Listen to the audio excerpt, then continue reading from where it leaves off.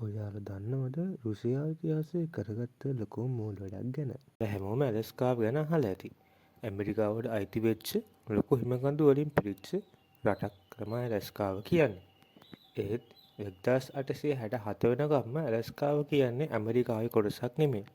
ඒක රුසියානු රාජ්‍යයේ කොටසක්. 1867 දී රුසියානු රාජ්‍යය හා ඇමරිකාව ඇති කරගත් කිවිසුමක් මත ඇලස්කාව එකල මුදලින් ඩොලර් මිලියන 7.2කට සම්පූර්ණයෙන්ම ඇමරිකාවට පවරා ගත්තා. මේකේ හොඳම කතාව කියනවා නම් ඇමරිකාවට ඇලස්කාවේ එක අක්කරයක් මිලදී ගැනීමට වැය වෙලා තියෙන්නේ ඩොලර් 2කටත් අඩු ගාණක්. රුසියාව මුලින්ම හිතුවේ මේක ඇමරිකාව හිම කන්දක් ගන්න ගත්ත මෝඩ තීරණයක් කියලා. නමුත් කාලයක් යද්දී නම් රුසියාවට තේරුණා ඔවුන් කරගත්ත මෝඩකම.